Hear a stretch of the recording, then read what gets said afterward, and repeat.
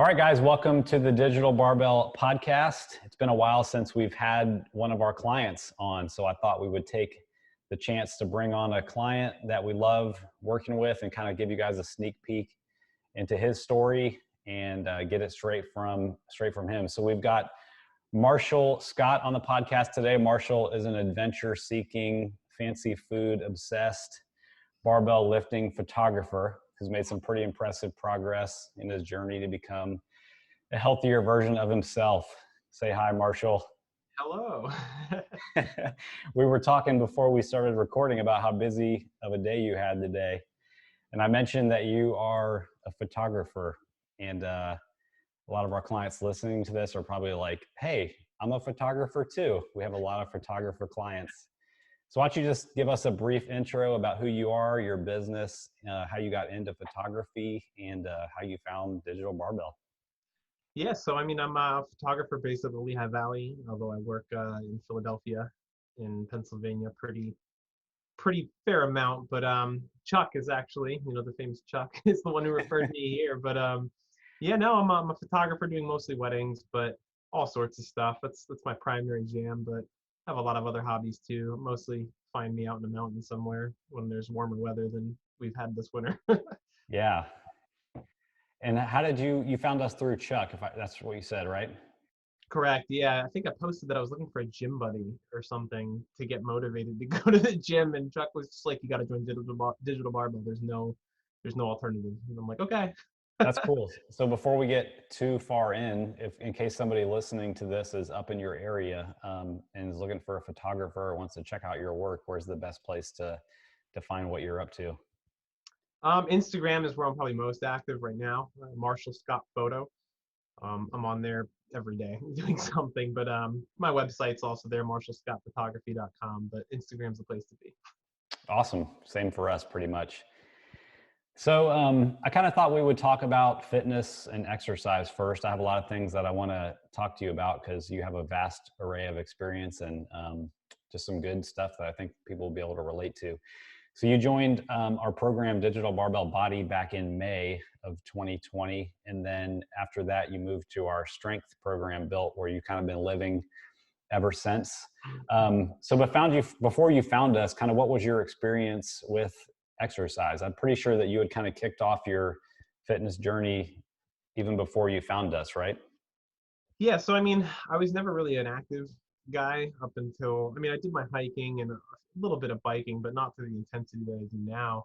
But up until around 2018, early 2018, like March, I think I just was really unhappy with the way I felt, the way I looked, and my energy level, and I thought I'd give weightlifting a try. I had found my now best friend at the time, met him, and one thing led after another, and I just basically said, let's go to the gym. And that proved kind of well. We were consistent. We did a lot of things very wrong, but I lost a good amount of weight, but it wasn't the right way, and it gained it all back and then some once I stopped going to the gym because it wasn't built out of habit. Yeah.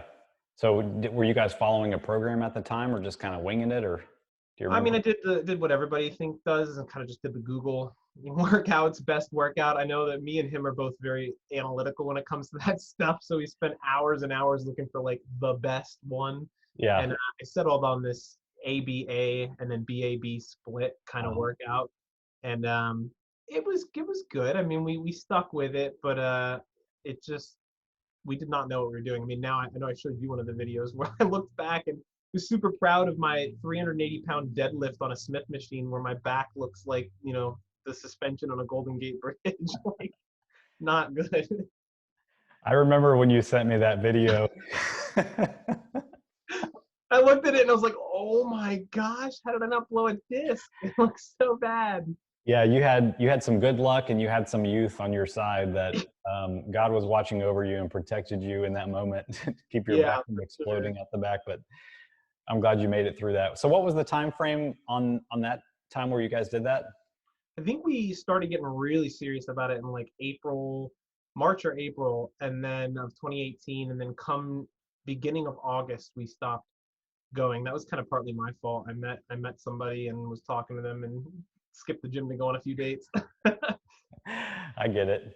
So what about prior to that, growing up? Any experience with exercise, or what was kind of what was going Just on with that?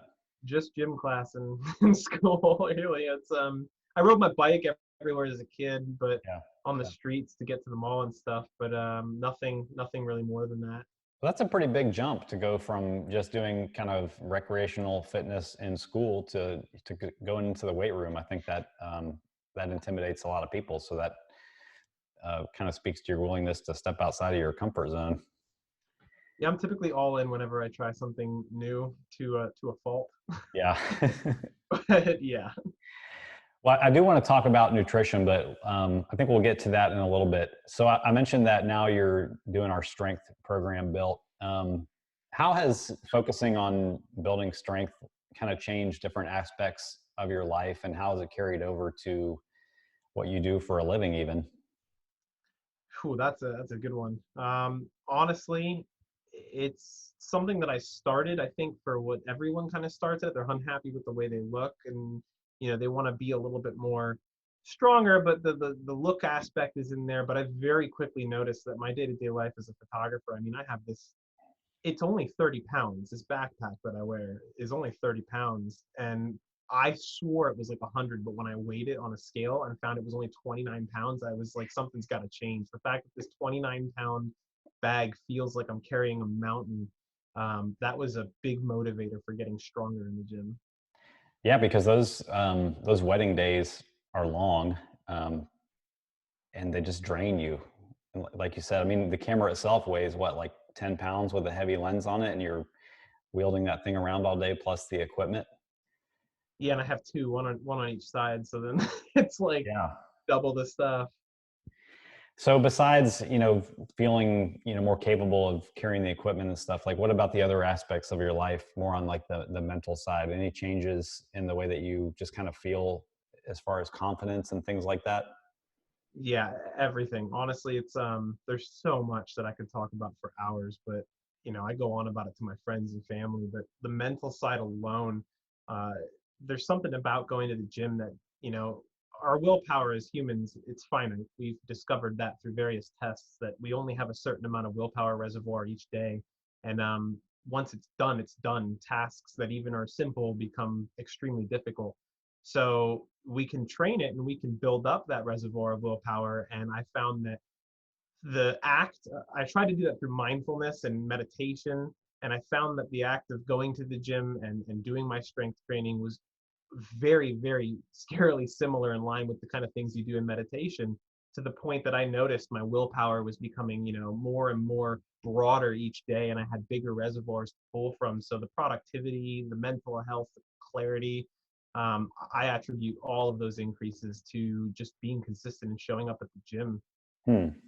So, like when you're in the gym lifting weights, like how does that play out if you're kind of approaching it from a more of a perspective, like, you're not just in there grunting and groaning and, feeling intense. Like what is like a typical workout for you, like from that perspective? Right. So I really try to incorporate what I've learned through my journey with like meditation and mindfulness into the gym. So for me, I know that when you just meditate and you focus on your breathing, the idea is that whenever you have a distraction, you acknowledge you had a distraction and you focus your attention back to your breathing, and that act strengthens your mental muscles. And when I'm at the gym, I treat it the exact same way. When you're pushing out reps to hard sets, and you think, that's what I actually love the most about hard sets and the way that we have, our program structured, is that you might want to quit at 8 reps because you feel burnt out. But if you can divert your attention from the thoughts in your head and put them more on the muscle itself, they always say think about the muscle that you're targeting, but that act alone can push out an extra few reps. And when you're in that headspace and acknowledging, okay, yeah, it's a thought, but we're going to go back to what I'm doing, which is just lifting weights, push the weight. It is an act of meditation in itself. That's really cool. So, let's test how much you've learned in your time working with us, because people are probably tired of hearing Blakely and I talk about all these like training principles and stuff. Like describe what a hard set is, like what it looks like, and how that feels. So the hard set is 8 to 15 reps, anywhere in that range for 3 sets in that range. And then when you get all 15 for all 3 sets, you increase the weight, and you progress up the ladder. Yeah. of So So the point is to bring your muscles close to failure in whatever you're doing, and we keep track of, you keep track of your workouts through the app, and it gives you like both a physical and a mental thing to try to beat from what you did before, and it keeps you motivated to keep training, and it keeps you progressing in your strength, because that's just how strength progression works, that you adapt to those extra stresses. I imagine, I mean, since you send in so many form check videos, and I've coached you for so long, I know the way that you work, and I think I've even taken like screenshots of you from your videos and sent them to you. And like, this is what I'm looking for. This is good stuff. Yeah, there's a lot of memes that have been made as well. I think that's really cool. You know, we talk about consistency a lot and how it's more important than perfection. And you've definitely had to train through some injuries since we've been working together. You know, I remember you were even lifting in a walking boot for some time. I think that was a mountain biking injury that you sustained. Yeah, that was rough. And some other things that we went through. But, you know, what have you learned about consistency versus perfection and all that, all the stuff that we're always talking about when it comes to that principle of progress through consistency? So yeah, back to that all or nothing, mentality where I'm all in to a fault. That's very in line with my level of perfectionism. I'm a big perfectionist in a pretty much bad way with everything I do. So when it came to the gym, it was like if I didn't feel like I was gonna go in there and bang out every set, perfectly crush the gym, then I didn't even show up to find out whether or not I was gonna have a good day or a bad day. You know, it is sometimes you think the day's gonna be awful, but when you get out of bed, you get energy. I never even gave it a chance, but then over time, with what we did and how we talked about consistency over perfection, just the act of showing up proved to have dramatic results, more than the act of crushing a gym set. When I felt like I should be getting, oh, big pump, I feel great. It was the days actually where I had a week and a half without feeling on top of the world, but just showed up. That a week and a half later, I looked at myself and was like, whoa, big changes. Like, Yeah. And I hope that people hear what you just said, because I think that's so important. Like, so you have had good workouts on days where you really didn't feel like going in. Is that what I hear you saying? oh yeah, for sure. There were days where I thought, this is just, it's gonna suck, and I'm getting in my head, and I'm like, oh, I'm gonna be fatigued from set one, and then all of a sudden I do the warm up, and I'm like, all right, let's go. Like, Yeah, I feel it. that's good. Just the act of showing up. Blakely and I talked about that in last week's episode. Just like, even if you don't know how the training session is going to go, just committing to showing up and getting started, even if it's saying I'm going to go at this for 5 or 10 minutes and see how it goes. Like, that's what consistency is. And I think that's one of the things that's led to all the progress that you've made. So I want to go back to something you talked about. You kind of talked about the mindset side and kind of the mental side of working out. And I know that both, your health and mindset are really important to you. So how would you say that, it's kind of a double-edged sword thing. So how has your experience with training affected your mindset, and how has your work on your mindset affected your training? That's such a good question because they both go completely hand in hand. And my experience is twofold. I mean, if you want to take it from the way that training has impacted my mindset, it's like I said, when you show up, I mean, we were just talking about the act of showing up. That alone in itself is an act of mindfulness, recognizing that I don't want to go to the gym, but doing it anyways. It's those days that you have a good workout and despite feeling like you weren't, that train your brain to rewire itself and think differently the next time you feel like you're not going to have a good workout, because now your brain has experience and says, well, we felt that last time, and we had a great workout. So the mindset changes completely just by showing up and being consistent, because now you don't even think about it. It's, I showed up when I had bad days and I showed up when I had good days, and the results were out of consistency, not the good days. It just changes the way you look at the gym and the way that you just look at everything else outside of the gym, with your work. Maybe it's showing up to work and with a positive attitude despite feeling, like you're going to have a bad day, it can change a lot more. And the vice versa is true as well. When my mindset going into the gym is different, and it's not more about feeling like you always talked about motivated. It's not Mhm. motivation, it's just consistency. Being motivated is great, but being consistent when you're not motivated is really what's going to get you the results. So when you can get yourself in that mindset instead of the mindset of, oh, I need to feel a certain way, mood affected behavior or mood dependent behavior, they go hand in hand, and they just play off of each other until the point that you're an unstoppable beast. And that's what you just said right there is so powerful. Mood dependent behavior. Like, we do so much in our life based on emotion, but it seems that if somebody ever achieves, you know, I'm not even going to say elite levels of health or fitness, but just becoming healthy and fit, it doesn't happen by following your mood. Has that been your experience, like before we started working together and That's been my experience in life. Yeah, I mean, I struggled with mental health for years and years, and it was really only after one specific therapist that kind of just drilled that into my head and said, mindfulness, being aware of the present moment, and mood dependent behavior, nipping those in the bud from the beginning is really what's going to get you anywhere in terms of your mindset. And it was 100% right. One of the best books I ever read was Mindset: The New Psychology of Success. It's quite a long read, but Carol the Dweck? stuff in there is incredible. I don't forget the author, Carol something, but Carol Dweck. yeah, yeah, yeah. Yeah, it's a When you great talk book. about all the examples of people that just simply having a mindset of growth, versus a fixed mindset, and saying, going in instead of saying like, oh, I didn't crush today's set, instead of thinking, I made progress towards next week. Those are two vastly different Hmm. reactions to the same workout or same, gym session that lead to just completely different results. Not even, I mean, before you even get to that, it's just knowing that you are a person who's capable of becoming something different, that you are Yeah. capable of improving. I mean, I think there's two things I've learned that hold most people back. Number one is they have this fixed mindset where they feel hopeless because they feel like they can never change or they're destined to repeat their failures over and over again. And the second is the black and white thinking, the all or nothing mentality. Um, I think those two things hold almost everybody back, and they've held.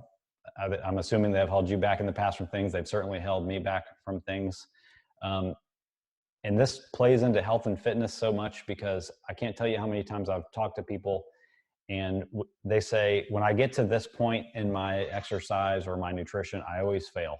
It's when I get to 12 weeks that I always quit and I regain the weight.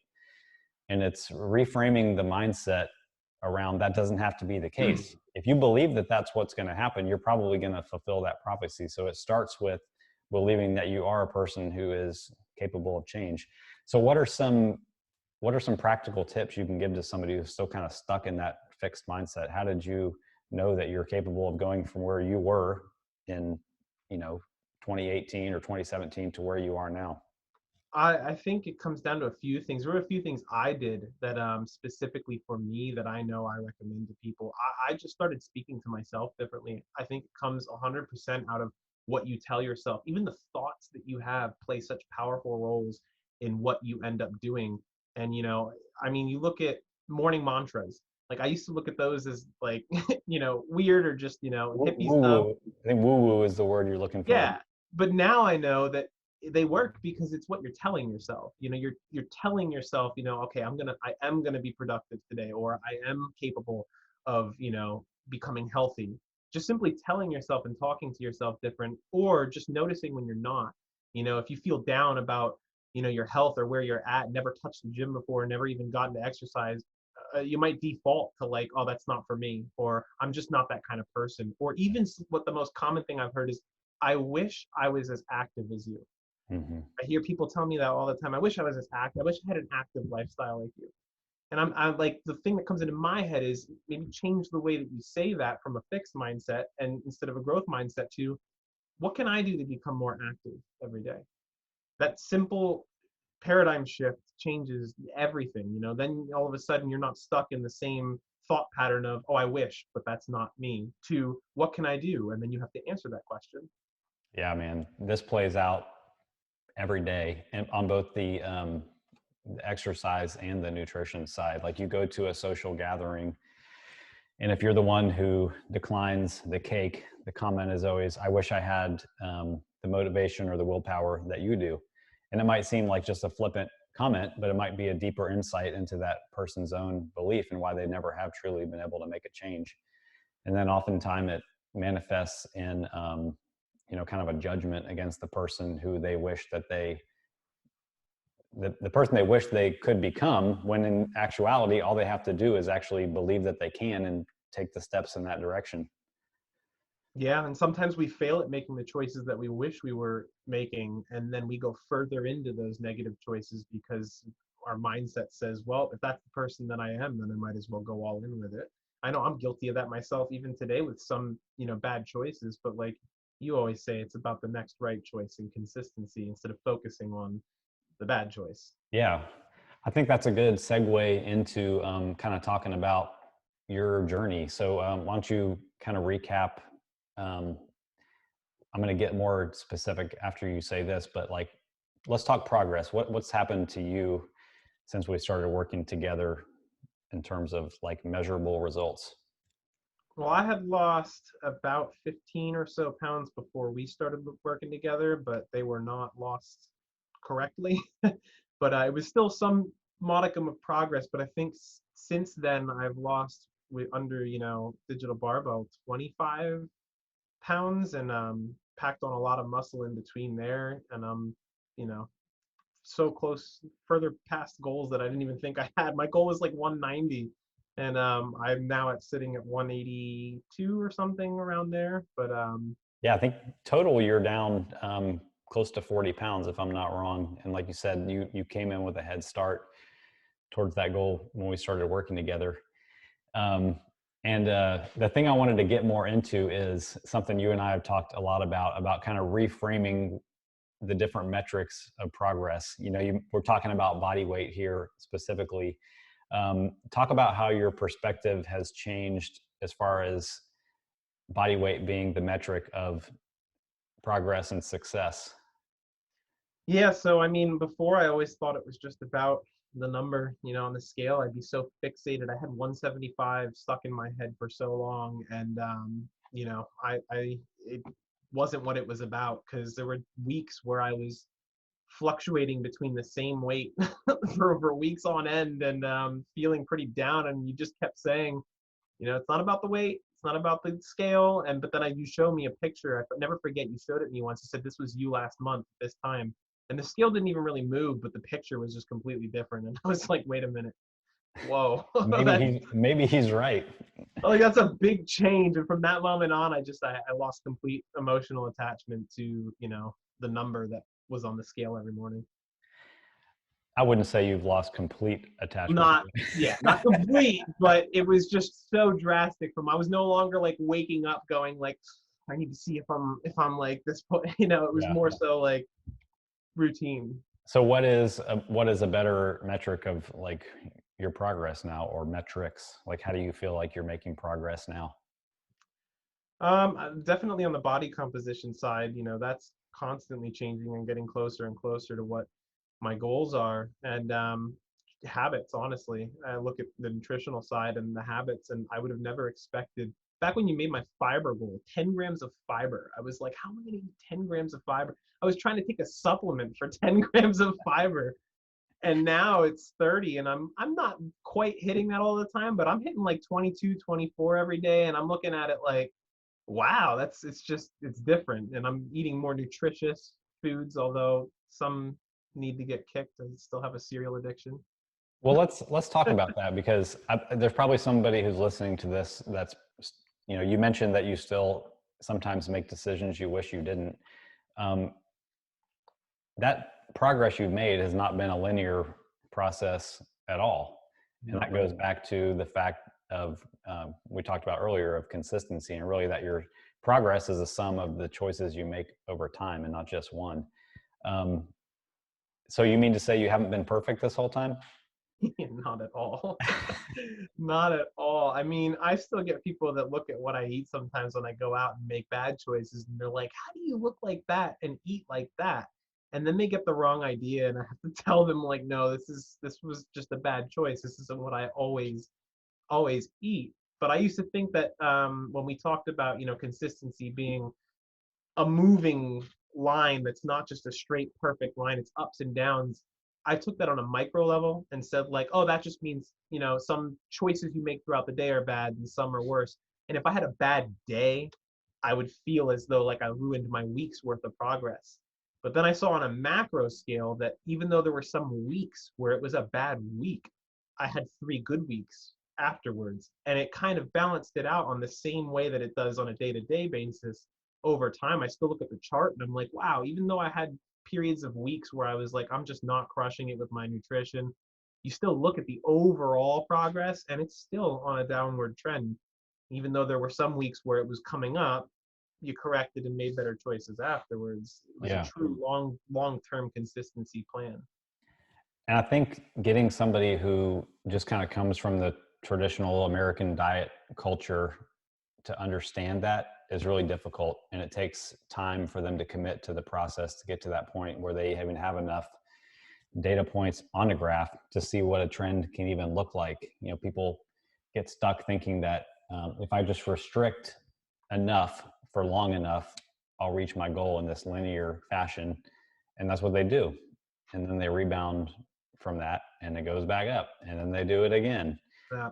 Whereas, if you think about how many food choices you make across an entire week or an entire month and how many workouts you do over an entire week or a month, what's the big deal if a few of those aren't great choices or you miss a few workouts? Right. It's when somebody misses one and decides to skip the whole week because they've failed, or they go to that meal like you're talking about and I've ruined my progress for the week, and then that becomes a month. So it all goes back to the all or nothing mentality, honestly. Yeah. And I still struggle with it. I don't want to anybody get the wrong idea. It's not, I have not cured that. And that's what I think is the biggest drive home point that I tell people. It's like, I don't say this stuff because I had it figured out. And so you're only going to get, a certain level of physique once you figure it out. I'm like, the key takeaway is that I'm still figuring it out and I'm still making progress while figuring it out. And that you don't have to have it figured out to make progress. I mean, I still struggle. I was a big binge eater, and full disclaimer, I used to be bulimic with my an eating disorder, and it was just a very bad mentality, and I still have not to this day completely overcome that. It's been a hard journey, and I'm still making choices that get in my head, and I get back to some bad habits that can maybe go for a few days on end, even a bad week. And it's but I look at the overall trend and see that even though I'm still figuring it out and I'm nowhere near perfect at it or even close, and I'm still making progress, that should be what I think people drive home the most. Yeah. So what would you say to somebody who's kind of stuck in that space right now where maybe they even have an eating disorder like you're talking about and they don't see hope on the other side of that? Like, what kind of encouragement can you give to that person? I think it all goes back to mindfulness and what we tell ourselves. I know with my binge and purge kind of mentality when I was really bad, it came down to me thinking, like that all or nothing black and white thinking. It was food is scarce, can't get enough of it and then feel like crap afterwards. It really comes down to what, we tell ourselves. The first step for me was believing that I was capable of making good choices instead of saying, I wish I was, I wish I could do that. I Mhm. think that the light at the end of the tunnel is just knowing that every single person is capable of it. We struggle with it, might have a little bit of a downside with our mentality right now in a disorder like that. But at the end of the day, it just comes down to keeping that thinking in check. Yeah. Yeah. I couldn't agree with you more. Well, like I said, you've made a ton of progress. And, I love working with you and I love our, conversations and stuff. And my ultimate goal for you is to know that you can carry on and sustain the results that you've gotten without me, and feel confident to continue to have an impact on those around you. Um, do you feel like you understand, through coaching and the time that we've spent working together, that you understand the principles to carry this on? I do. Yeah, I do. I mean, I tell everybody that I know that has a modicum of interest in physical health about you guys, just because it's the stuff that I've learned. I feel like I'm confident in explaining to other people, but then it just gets to a point where I'm like, if you want to learn more, you gotta you gotta use digital barbell. But because I'm not perfect at explaining, the best explaining, I get ahead of myself. But Yeah. yeah, I've gotten to a level of comfort now where it's like I'm not going anywhere just because you guys make it awesome. But No, it's I know that people are watching you in your life, and that it's already had an impact on people that you interact with, because you referred people to us based on them seeing not only the progress that you've made, but just like the changes that it's affected in your life. So you should definitely give yourself a pat on the back and know that the hard work that you're putting in is having an impact on other people, which, as we always say, is the ultimate mission of what we're all doing here, is to try to have a positive impact on people so they can spread it beyond themselves. So I hope you know that not only do we appreciate you, but the people that see what you're doing appreciate you. And I hope that you use that as motivation to continue. absolutely, thank you so much. AKA, you're the man. Well, cool. I don't want to take up any more of your time. And I know that you worked out this afternoon. I need to go review your workout and see how you did. But why don't you recap again where people can find you if they're looking for a photographer in the Lehigh Valley? Where's the best place for people to find you? Instagram, Marshall Scott Photo is the handle there, and my website, it's just Marshall Scott Photography. But Instagram is where all the cool kids hang out, and there's way more on there than photography. That's awesome, man. Well, once again, I appreciate it. Blakely and I are proud to have you on our team, and we appreciate your time. And I hope that everybody listening to this can pull out some pieces and apply it to their own life to accomplish great things like you have. So thanks again for being with us. And we will check you all guys, you all out on the next episode. Thanks.